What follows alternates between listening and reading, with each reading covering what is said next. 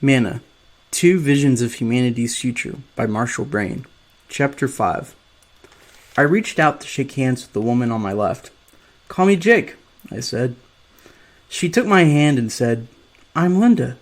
I turned to greet the woman on my right. She said, "I'm Cynthia." Linda started right in. "Cynthia and I are here to talk to you about the Australia project. This is for you." She handed me the thick book she had been holding. On the cover it said, "Australia Project Catalog," with a picture of a happy group of people on the beach.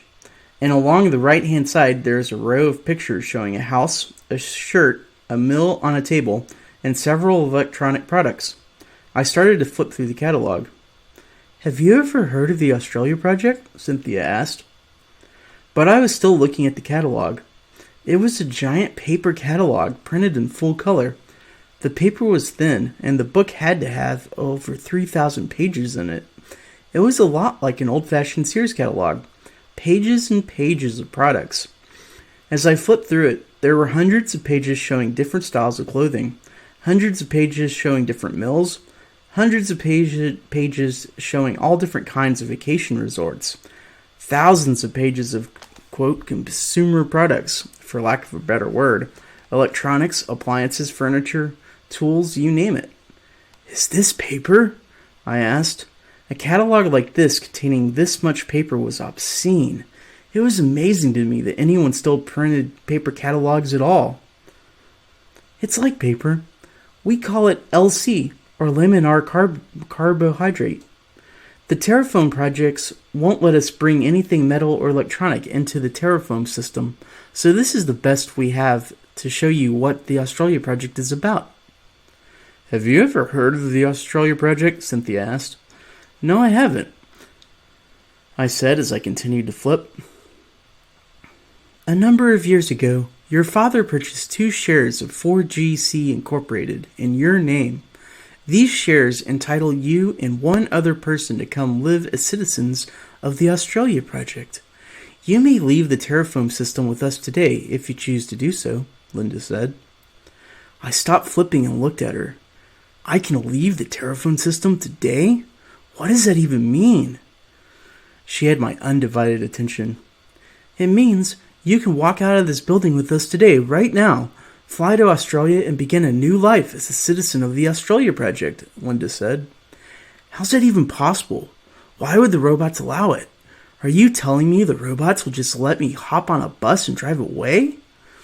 "More or less. You do have to sign out of the system." Excuse me if I laugh out loud. I don't mean to be rude, but if that's the case, then why haven't I been able to simply walk away before now? I've been trying to find a way out of here for over a year, I pointed out. "The robots won't let you walk away, because if they did, you would end up as a homeless person on some city street. Without a job, you're a default homeless in the American economy. None of the wealthy people want to look at homeless people, so here you are, warehoused and forced to stay here. In the Terraform, you are out of sight and out of mind, as they say," Cynthia added. "Since we are providing the transportation and we are taking you to another country, the robots are happy to see you go.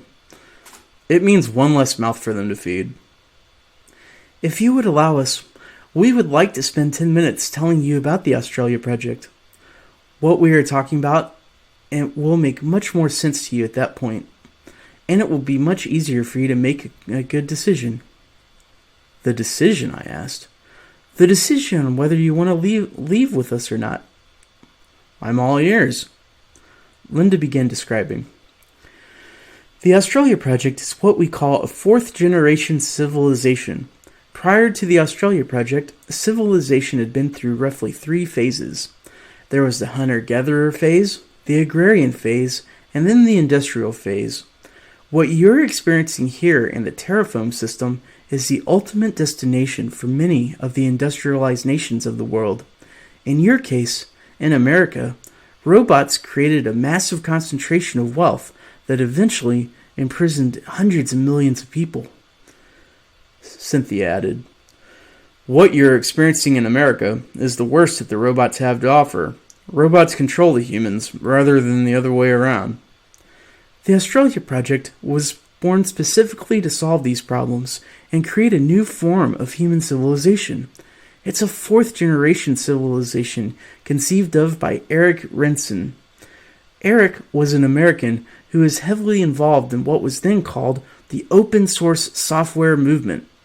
As an American, he had seen Manna in its earliest phases. He could envision what Manna, combined with the coming robots, would mean to America and Western civilization as a whole. He at first tried to fight it, but realized that was impossible. Instead, he eventually came up with a completely new way to think about human societies. In the Australia project, humans get the best that the robots have to offer, rather than the worst.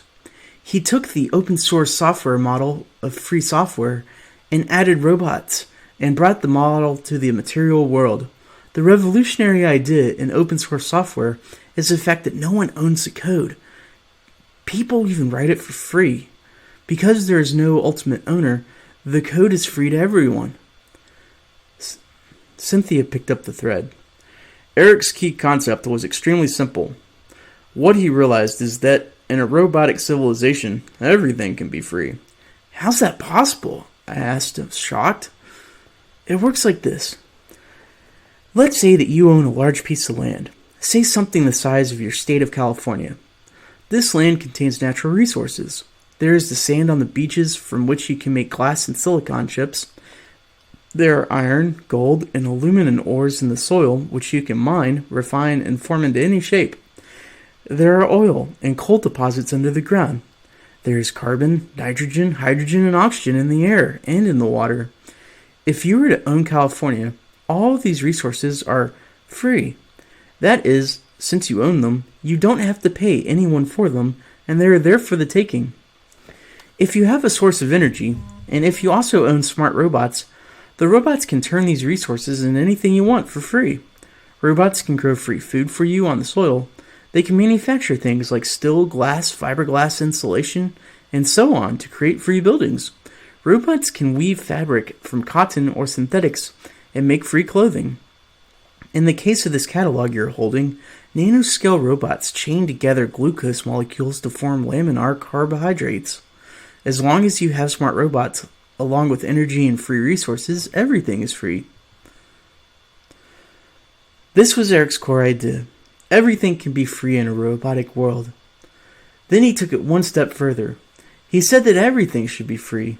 Furthermore, he believed that every human being should get an equal share of all these free products that the robots are producing. He took the American phrase, "all men are created equal," quite literally. That sounds great. In fact, that sounds perfect.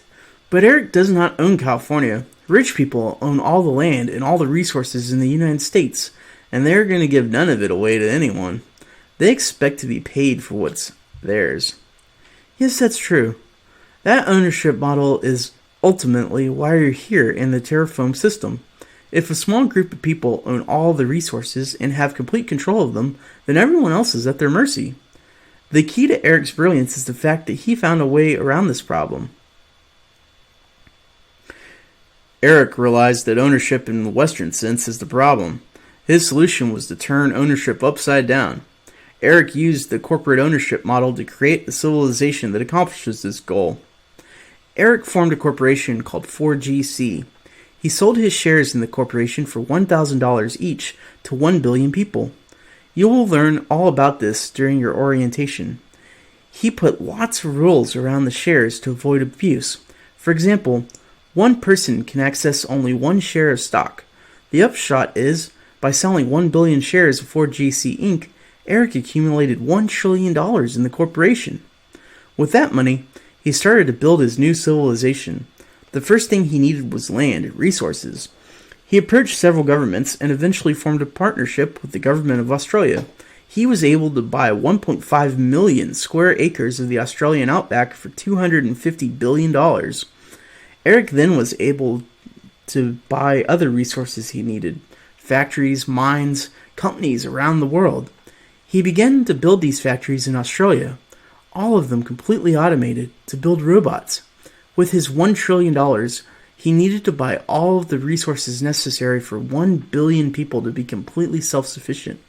He was able to accomplish that goal in Australia for about $600 billion. The amazing part, Cynthia pointed out, is that once he had done all that and started the major work in Australia, the citizens of Australia decided to merge with the project.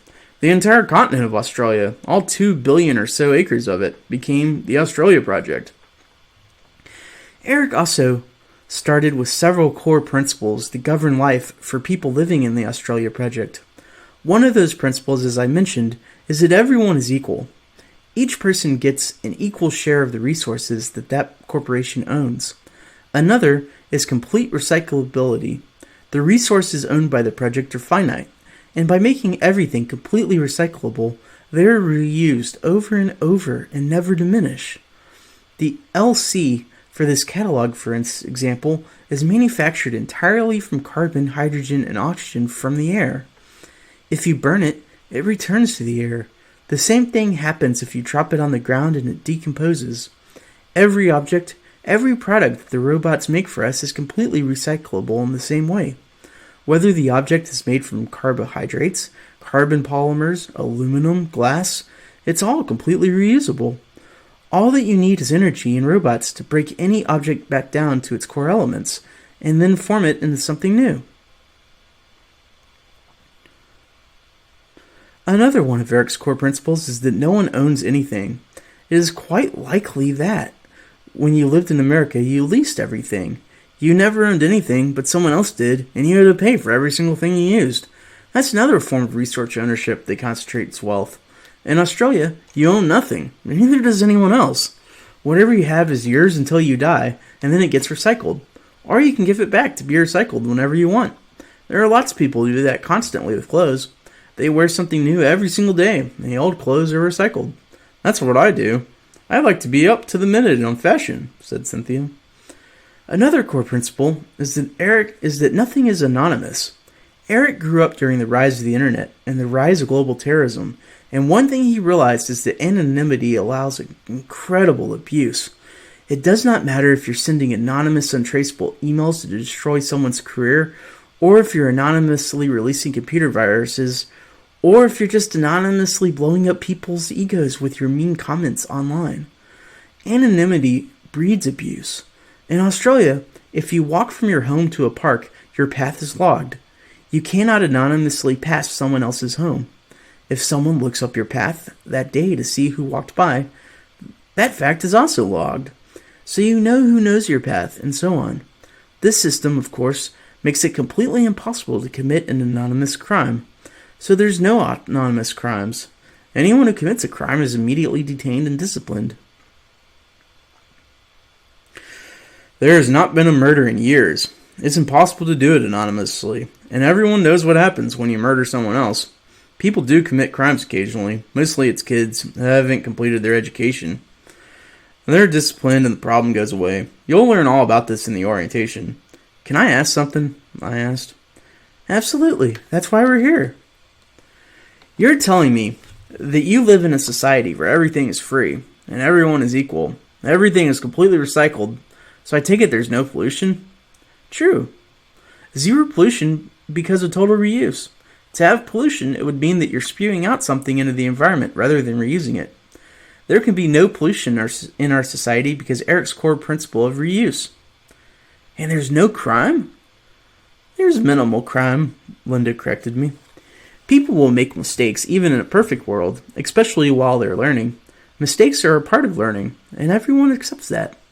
But as soon as the mistake is committed, that person is detained and retrained.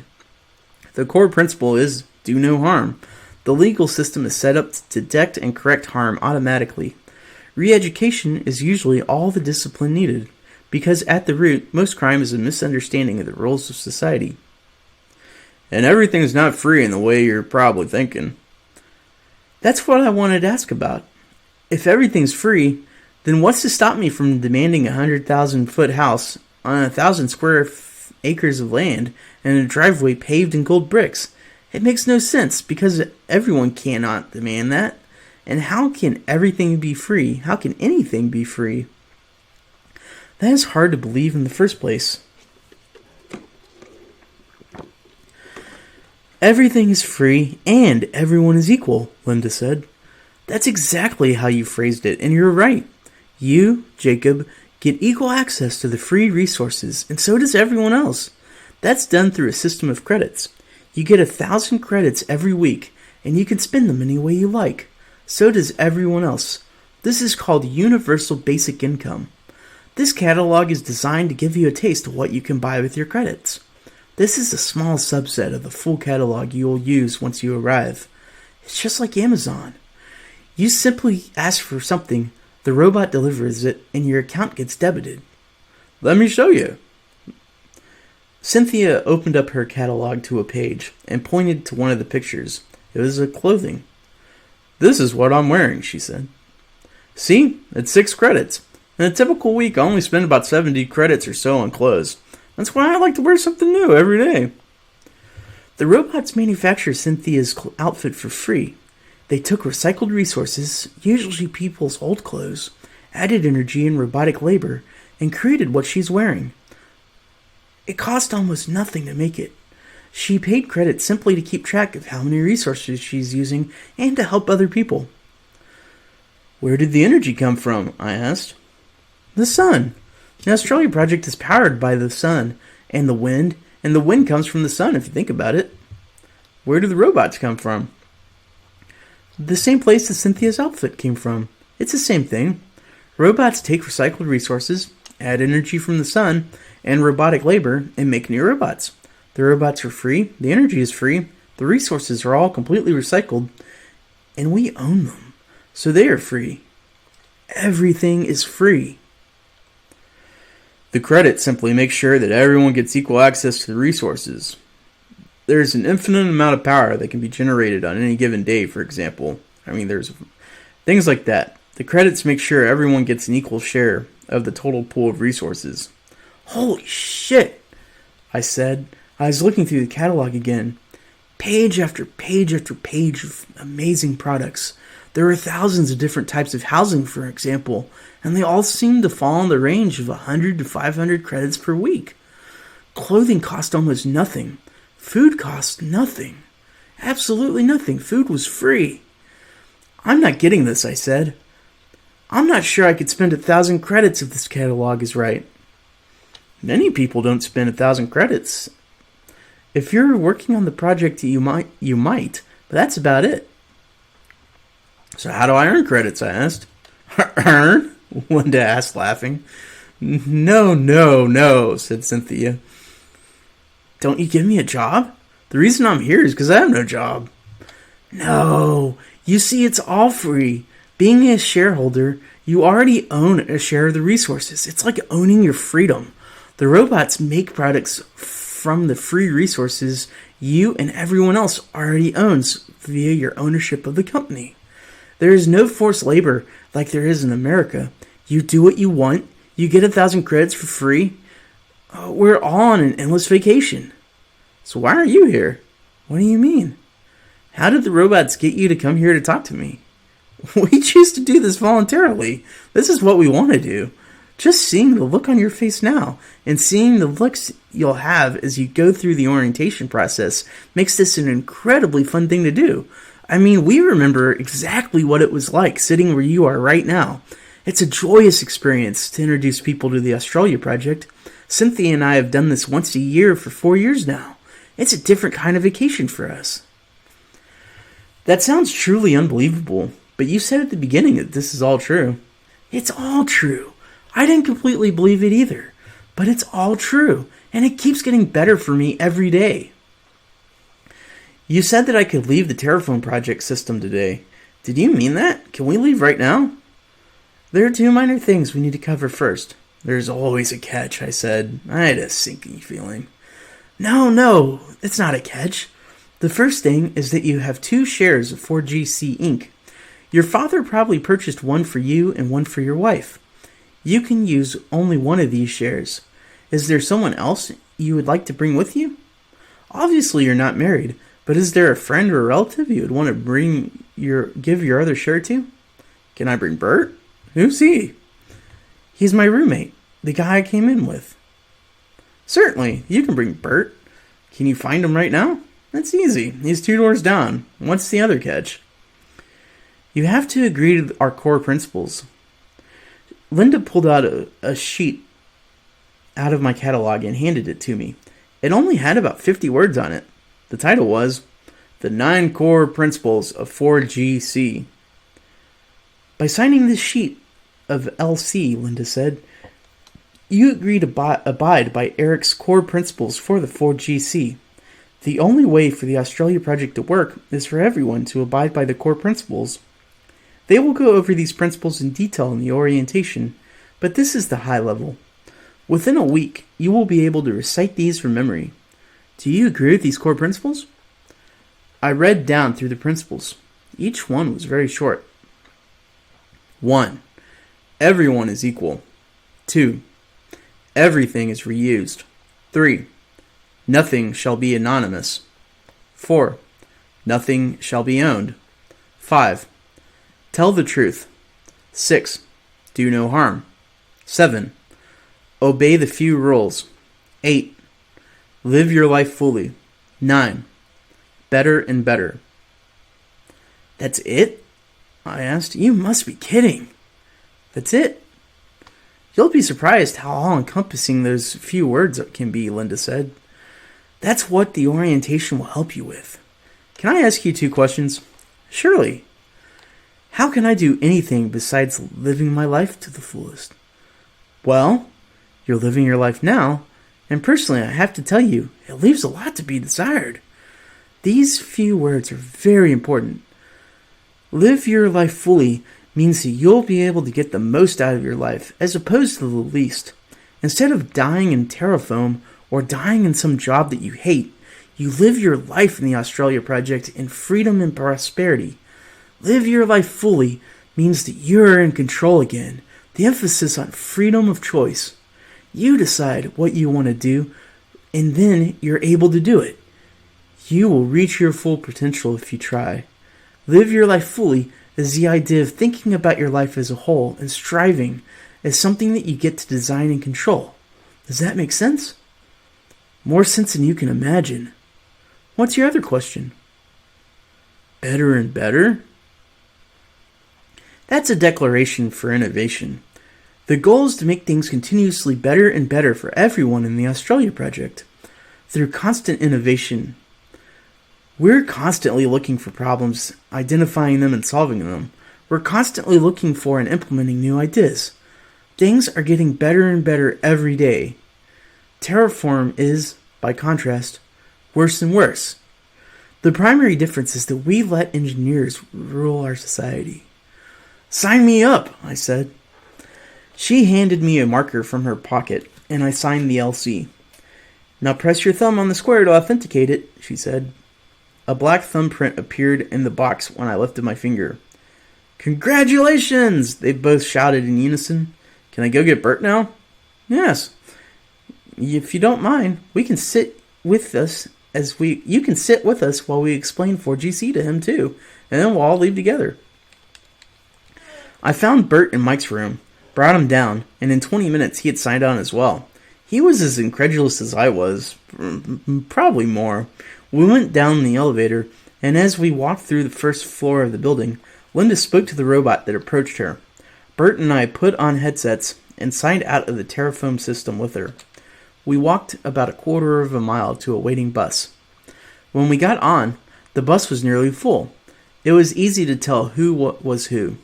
Every Terraform resident was wearing a brown coverall like me, while all the escorts were dressed like rainbows.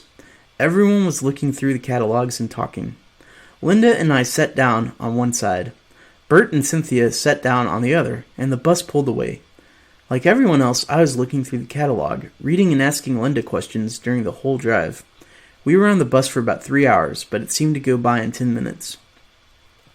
This had all seemed like something out of a dream, but it started to become very real when we arrived at our destination. It was an immense airport with dozens and dozens of jets waiting at the gates. There were dozens of buses all dropping off passengers, and thousands of people were moving through the facility. Every jet was painted bright green and marked with a blue 4GC logo on the tail, and all of the buildings were painted the same way. We got off the bus, and it really hit me as we walked into the first part of the project. "This is our first stop," Linda said. "We've got to get you out of these dreadful coveralls."